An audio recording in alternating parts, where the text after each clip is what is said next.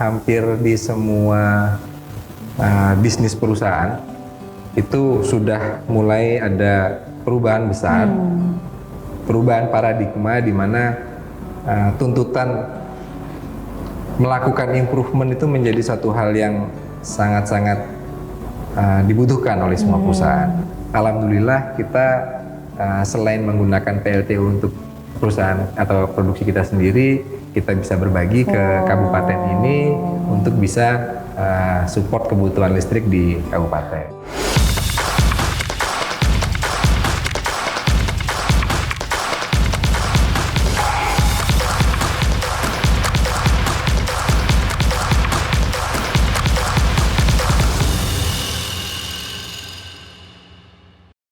Selamat datang kembali di podcast Suara di Hati. Seperti biasa kalau saya sudah kembali menyapa, artinya kita akan ngobrol-ngobrol lagi nih dengan narasumber-narasumber yang luar biasa yang tentunya kita undang untuk hadir di sini di podcast Suara di Hati.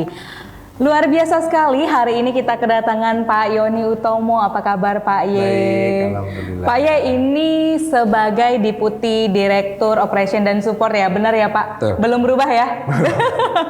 Baik, Pak Ye terima kasih banyak sudah meluangkan waktunya yang sibuk untuk bisa main nih Pak di podcast Suara di Hati. Kita akan ngobrol-ngobrol dengan Pak Ye ini terkait dengan apa sih improvement di PKN itu sendiri dan seberapa penting improvement itu. Setuju ya Pak Ye ya? Setuju sekali. Boleh kita mengulik-ngulik ya Pak Ye, baiklah. Gimana kabarnya hari ini Pak Ye? Baik, alhamdulillah. Pas bulan puasa ini ya. Podcast pas bulan puasa. Tapi tidak lemes ya Pak Ye, tetap semangat ya untuk kita, untuk kita ngobrol. Nggak lama lah Pak Ye, untuk kita ngobrol-ngobrol ya 3 jam lah cukup ya rasanya. Baik, Pak Ye, kalau melihat dari PKN ini luar biasa sekali ya Pak Ye. PKN ini adalah perusahaan tambang, betul ya Pak ya? Betul. Oke, Pak Ye, kalau kita melihat itu tidak banyak Pak perusahaan tambang. Dia itu yang di bidang jasa usaha pertambangan, tapi fokusnya ke improvement nih Pak Ye. Itu rasanya tidak banyak ya Pak Ye. Dan PKN itu justru salah satunya yang melaksanakan improvement ini Pak Ye, atau berfokus ke improvement. Karena kalau kita melihat dari seri-seri atau narasumber sebelumnya itu mengatakan bahwa improvement ini salah satu fokusnya Pak.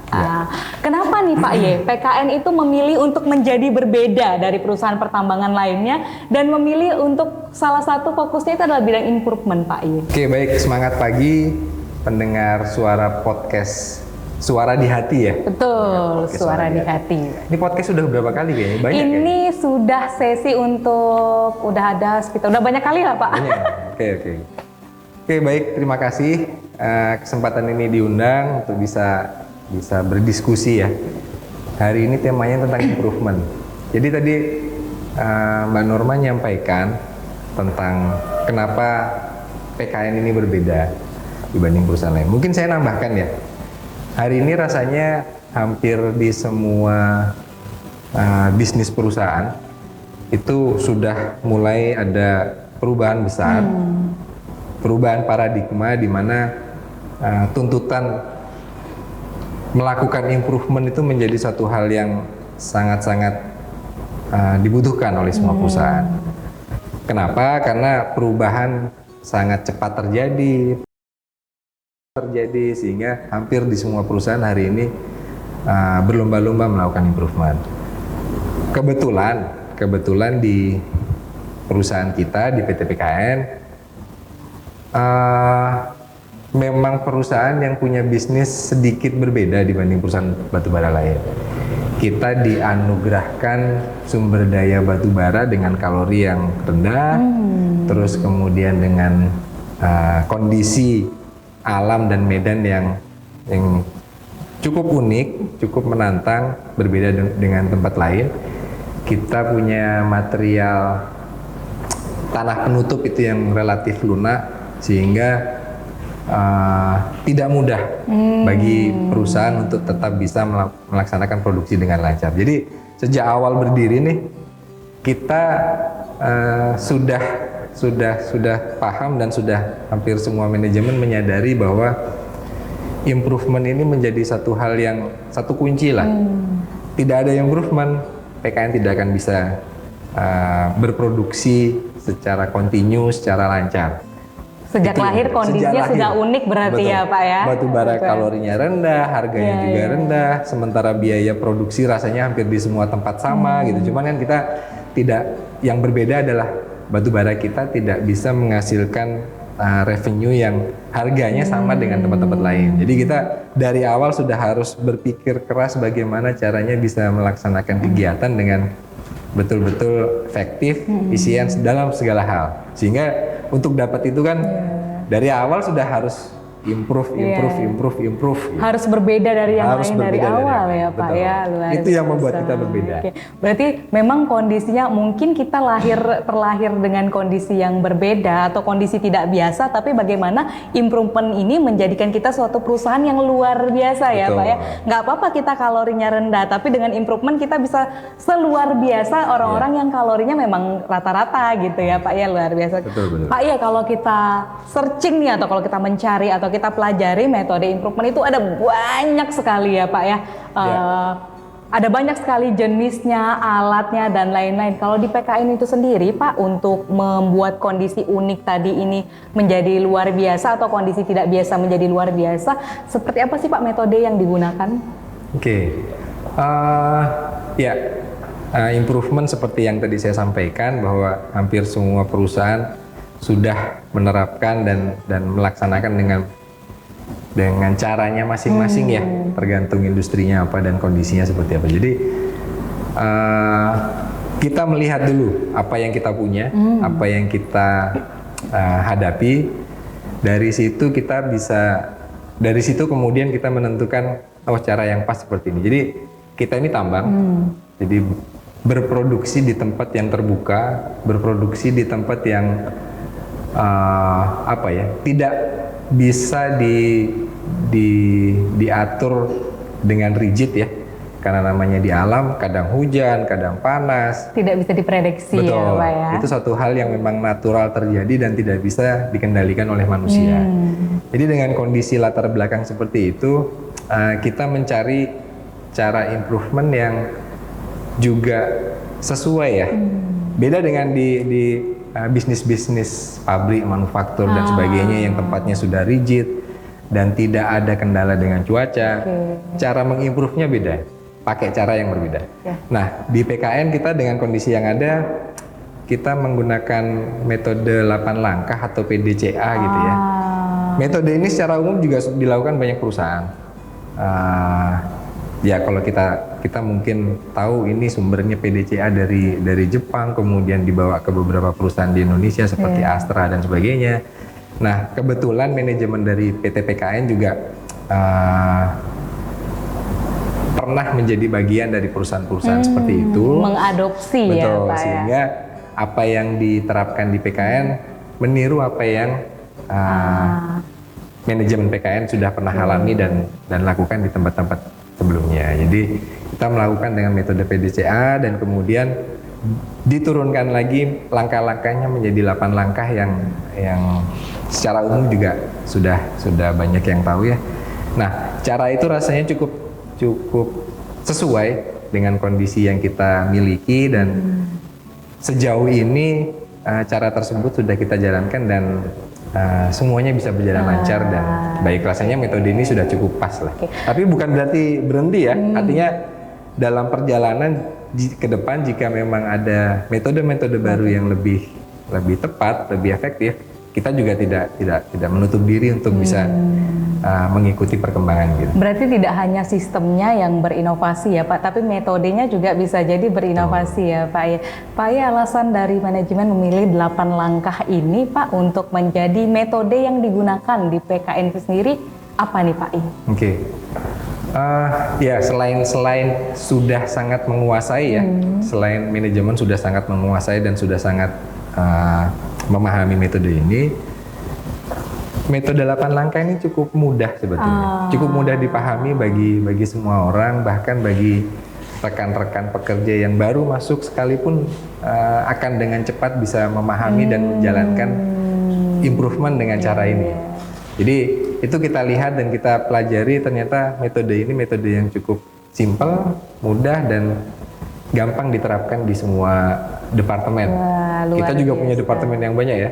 karena di tambang itu kan berbagai jenis bidang ilmu tuh ngumpul Ada semua ada ya semua Pak. di perusahaan tambang. Jadi dipilihlah metode-metode yang kira-kira tidak memberatkan atau tidak hanya Ya. dikuasai oleh satu departemen, tapi semuanya bisa dan mampu untuk melaksanakan ya Pak ya. Betul. Benar luar biasa sekali. Pak ya, kalau boleh tahu, sudah berapa lama sih Pak proses improvement ini berjalan di PKN itu sendiri Pak?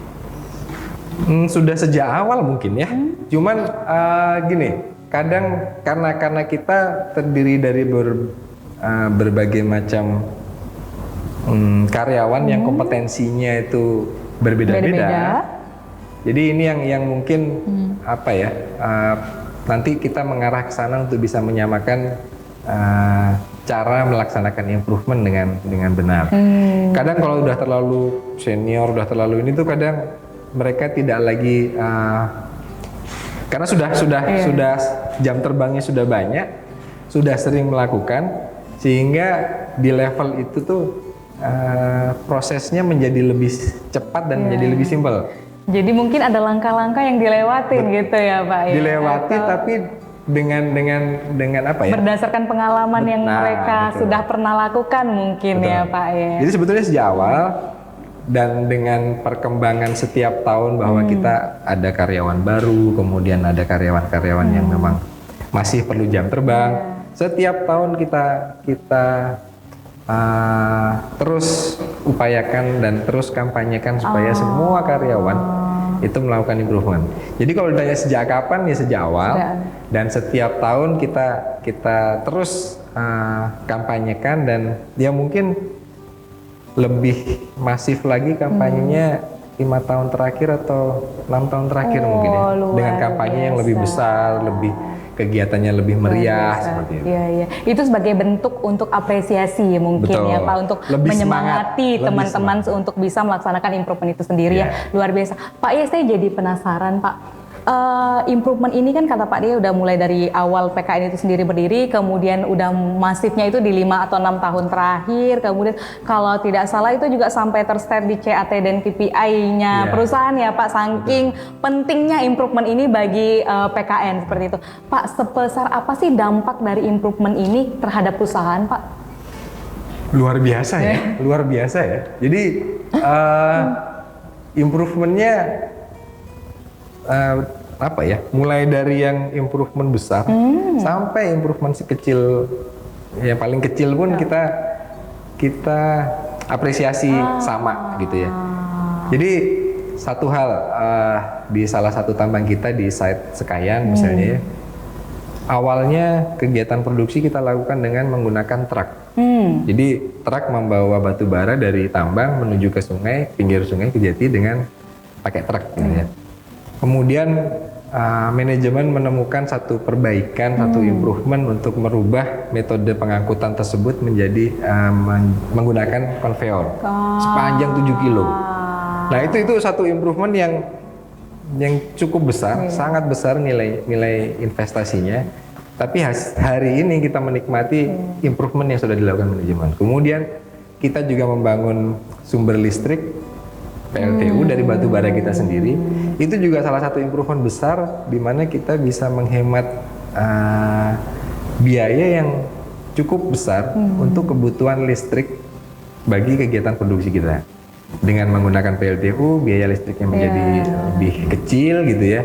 Jadi kita bisa lebih bertahan dengan kondisi harga batu bara yang naik turunnya cukup ekstrim. Di luar itu juga alhamdulillah kita selain menggunakan PLTU untuk perusahaan atau produksi kita sendiri, kita bisa berbagi ke kabupaten ini untuk bisa support kebutuhan listrik di kabupaten. Ternyata improvement ini tidak hanya dampaknya untuk internal PKN Betul ya Pak, sekali. tapi untuk masyarakat sekitar, khususnya masyarakat yang ada di Bulungan juga mendapatkan dampak dari improvement yang dilaksanakan oleh PKN ini ya Pak ya, luar biasa sekali. Pak, kalau bagian yang kecil mungkin seperti apa nih Pak dampaknya atau contoh bentuknya improvement dari perusahaan ini sendiri Pak? Yang kecil-kecil cukup banyak ya. Ya apa namanya, teman-teman juga rasanya ketika belajar membuat improvement nggak mungkin langsung nemu hal yang besar ya. Gitu kan. Perlu jam terbang, perlu frekuensi untuk bisa akhirnya punya insting dan punya kemampuan menemukan improvement yang lebih besar. Jadi hari ini improvement kecil-kecilnya banyak banget. Kita menggunakan konsep SS ya, SS ya. SS ya. Jadi setiap karyawan diminta membuat minimal berapa? 2 SS ya? 2 SS ya Pak. Setiap tahun ya. Dan itu tercatat dan menjadi sebuah keharusan. Kalau nggak buat improvement atau nggak buat SS akan berdampak ke penilaian kinerja mereka setiap tahun. Serius itu manajemen untuk ini ya Pak, luar biasa. Kecil-kecilnya banyak, misalnya dari lingkungan, dari tempat yang sehari-hari kita temui aja, bagaimana membuat improvement untuk mengelola tempat sampah gitu. Hal-hal kecil yang sehari-hari kita temui, kita lakukan perbaikan, kita lakukan improve sehingga tidak banyak lagi sampah-sampah yang terbuang dan kemudian ada beberapa sampah yang kemudian bisa diolah lebih lanjut. Itu juga improvement kecil yang dampaknya sangat besar ya, terutama buat lingkungan ya. Tidak hanya buat kita gitu. Jadi sampahnya itu tidak hanya berakhir jadi sampah ya Pak, tapi diolah lagi bagaimana cara menghasilkan sampah ini jadi kompos atau misalnya jadi yang lain gitu ya Pak. Mungkin di penghematan juga tadinya harus beli kompos, tapi karena ada improvement ini bisa jadi lebih hemat, luar biasa sekali. Artinya kalau bisa saya menyimpulkan Pak ya, improvement ini bagi perusahaan dampaknya adalah PKN tidak hanya menghargai improvement yang besar ya Pak ya, tapi yang kecil-kecil, mulai dari kecil-kecil dari perorangannya sampai ke departemennya itu juga dihargai sama PKN ya Pak ya, luar biasa sekali Pak Yoni. Pak, kalau kita ngomongin improvement, apalagi menggerakkan semua departemen satu perusahaan untuk bisa melaksanakan, tentu ada tantangannya ya Pak ya.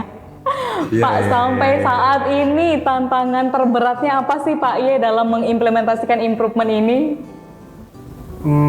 Tantangan terberat ya, tantangan terberatnya adalah sifat manusia ya. Sifat manusia itu menjadi satu challenge, tantangan tiap tahun yang kita hadapi. Jadi secara dasar, secara basic, secara umum manusia itu suka dengan zona nyaman. Itu satu hal yang memang jadi sifat alami manusia, di mana mereka cenderung defense, cenderung bertahan, cenderung mengamankan apa yang sudah dilakukan setiap hari. Jadi rutinitas itu terus yang mereka lakukan. Ketika mereka harus melakukan atau diminta untuk melakukan perbaikan, improvement kan perbaikan nih. Di situ mereka akan nemu kondisi-kondisi baru yang akan membuat karyawan itu jadi nggak nyaman biasanya. Banyak pemberontakan biasanya kan. Nggak nyaman, terus kemudian harus berpikir lebih banyak. Nah itu tantangan yang memang terjadi dan harus terus setiap tahun kita kampanyekan, kita dorong, kita beri apresiasi gitu, supaya tadi ketidaknyamanan yang mereka laksanakan ketika melakukan improvement itu dapat imbal balik yang bagus buat si karyawan, sehingga mereka kan ke depan akan terus, wah saya bikin lagi deh, karena saya dapat apresiasi atas hasil yang saya bikin. Pak, tapi pernah ada penolakan nggak sih Pak selaku ketika Pak Yoni mengkampanyekan kita atau Pak Yoni dan tim mengkampanyekan terkait improvement ini, tentang pentingnya improvement? Pernah ada penolakan nggak sih Pak? Atau bagaimana sih Pak Ye menghadapi situasi dan kondisi yang seperti itu Pak? Masih ada kali ya, karena angka keterlibatan karyawan untuk membuat SS atau QCC atau improvement itu kan juga belum bisa konsisten 100% tiap tahun. Ya 80, kadang 80%, 90%. Nah, ada beberapa persen karyawan yang memang masih belum tertarik atau minat untuk melakukan improvement. Tapi nggak apa-apa, dan kita nggak boleh nyerah. Jadi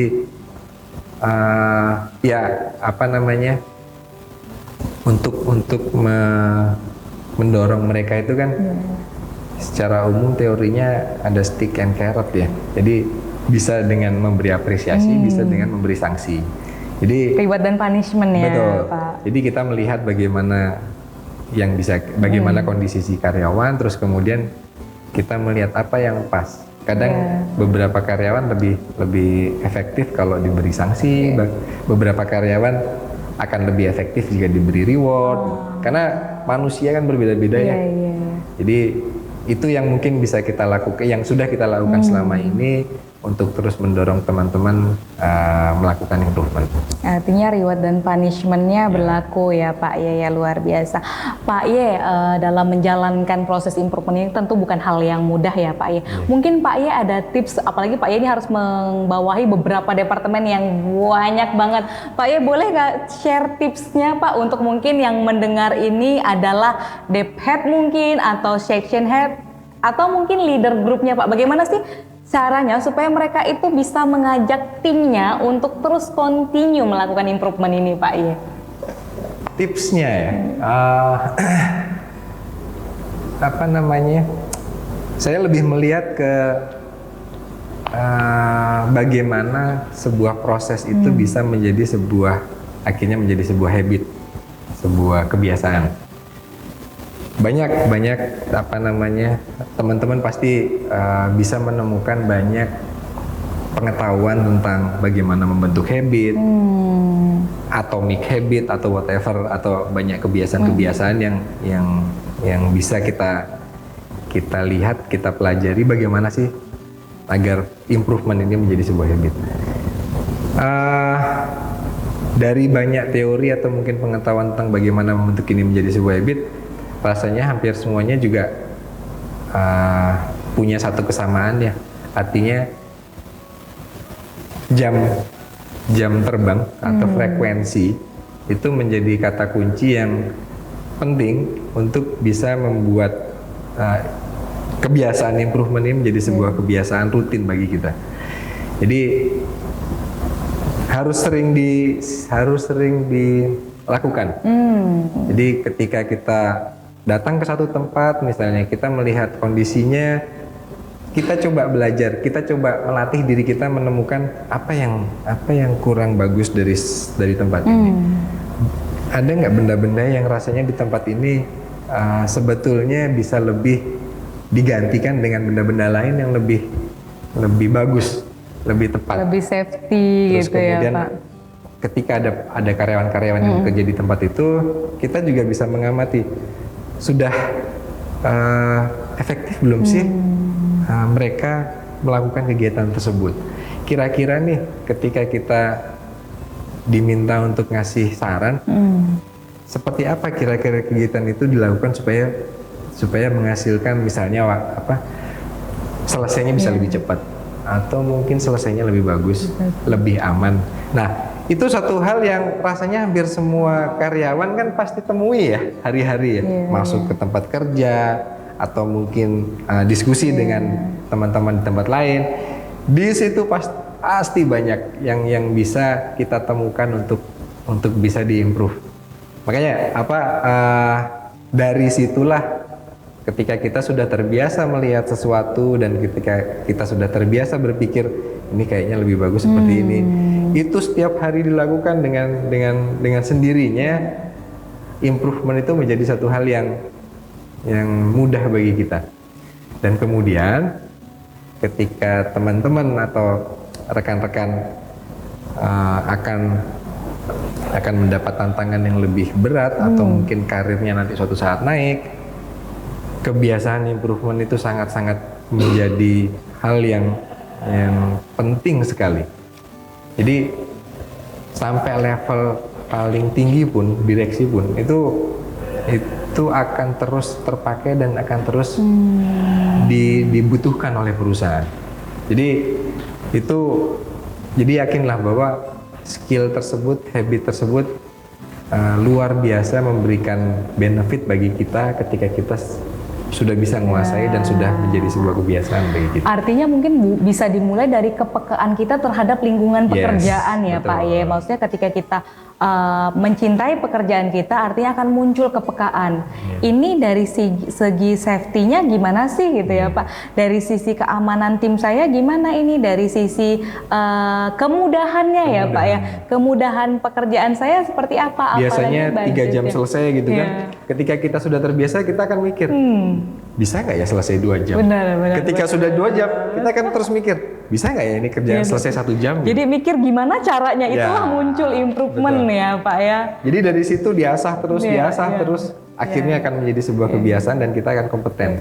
Berarti improvement ini memang perlu untuk dilatih ya Pak. Tidak bisa kita yang kayak yang oh ya udahlah nanti muncul sendiri. Artinya kita perlu melatih insting kita, kepekaan kita, kompetensi kita ya. Karena luar biasa seperti dikatakan bahwa di level Pak Y pun ya Pak sebagai deputy director juga tetap dituntut ya Pak ya, tetap dituntut. Bagaimana caranya supaya bisa lebih baik lagi hingga nanti menuju visinya tambang kelas dunia ya Pak ya. Makanya wajar kalau di misinya itu adalah salah satu misinya adalah menggunakan teknologi terbaik, cara terbaik. Artinya teman-teman pun kita semua di sini dituntut untuk bagaimana sih berpikir pekerjaan kita selalu lebih baik setiap harinya gitu ya Pak Ye ya. Pak Ye, satu pertanyaan terakhir untuk sesi kali ini ya Pak Ye. Pak Ye, satu pertanyaan terakhir. Kalau hari ini perjalanan Pak Ye tentunya sudah panjang banget membersamai PKN ya Pak ya. Mulai dari zaman susahnya sampai sekarang ya mungkin sedikit enak ya Pak Ye, atau malah enak banget sekarang ini Pak Ye. Apa sih harapan Pak Y terhadap proses improvement kita tentunya untuk para karyawan kita? Kalau tadi Pak Y mengatakan hari ini kita banyak banget kayaknya kedatangan karyawan baru ya Pak Y ya. Mulai semua generasi kayaknya udah dilalui nih sama Pak Y ya. Mulai dari generasi yang baby boomer, milenial, generasi Z ya kayak gitu ya Pak Y. Pak Ye merasakan mungkin mulai dari Pak Ye jadi supervisor sampai akhirnya bisa duduk di posisi sekarang ya Pak Ye. Apa sih pesan Pak Ye bagaimana caranya supaya proses improvement ini bisa terus dilaksanakan terutama untuk keberhasilan perusahaan kita itu sendiri Pak Ye? Ya jadi mungkin pesan sekalian menjawab sekalian menjawab pertanyaan terakhir. Pesan-pesan kepada semua rekan-rekan, pada semua pendengar podcast. Jadi improvement ini di luar beberapa kompetensi yang memang juga penting ya.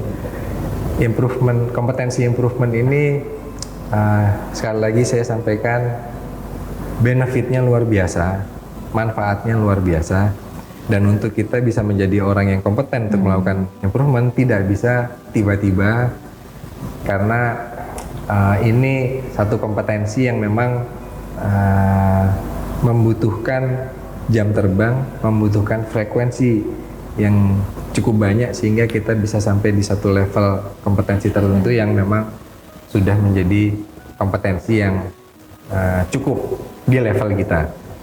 Semakin tinggi karir, semakin tinggi jabatan, kompetensi improvementnya akan dituntut lebih banyak lagi. Sehingga bagi rekan-rekan, bagi teman-teman semua yang memang rasanya hari ini semua pekerja, semua rekan-rekan pasti menginginkan ada kemajuan atau ada peningkatan di perusahaan.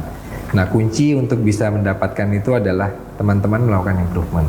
Jadi ayo pada semuanya dilatih terus, dibiasakan terus sehingga teman-teman akan bisa jadi pekerja yang betul-betul kompeten melakukan improvement, dan dengan sendirinya perusahaan akan, atau mungkin bukan hanya di sini, di tempat lain dimanapun kita bekerja, kita akan mendapatkan reward yang sesuai dengan kompetensi yang kita miliki, dan itu pasti akan cukup besar buat rekan-rekan semua. Mungkin gitu. Wah, luar biasa sekali Pak Ye. Baik Pak Ye, kalau boleh saya menyimpulkan, kita dari hasil obrolan sore hari ini, kita boleh saja lahir dengan kondisi yang berbeda ya Pak dari perusahaan yang lainnya. Kita boleh saja lahir dengan kondisi yang unik, atau misalnya kita bisa saja lahir dari kondisi yang tidak biasanya. Tapi dengan improvement, ayo kita bareng-bareng menjadi suatu perusahaan yang luar biasa ya Pak ya, menjadi perusahaan yang lebih unik unik dengan ciri khas kita masing-masing. Memang improvement itu bukan suatu hal yang mudah, tapi juga bukan suatu hal yang tidak mungkin untuk dilaksanakan, karena di level posisi apapun teman-teman nanti pasti akan membutuhkan yang namanya improvement. Benar ya Pak Ye ya? Pak Ye, sekali lagi terima kasih banyak sudah meluangkan waktunya. Semoga berkenan terus untuk kita undang di Siap. next podcast lainnya ya. Pak Ye, biasanya kita akan sebelum kita closing ada yel-yelnya Pak Ye. Apa itu? Kalau saya bilang Oh. semangat pagi, Pak Ye jawabnya luar biasa. Kalau saya bilang PKN, jawabnya adalah selalu di hati. Kemudian ketika saya bilang budaya di hati, bersama menuju tambang kelas dunia. Baik ya, boleh kita ulang ya Pak ya, boleh kita coba ya sekali lagi.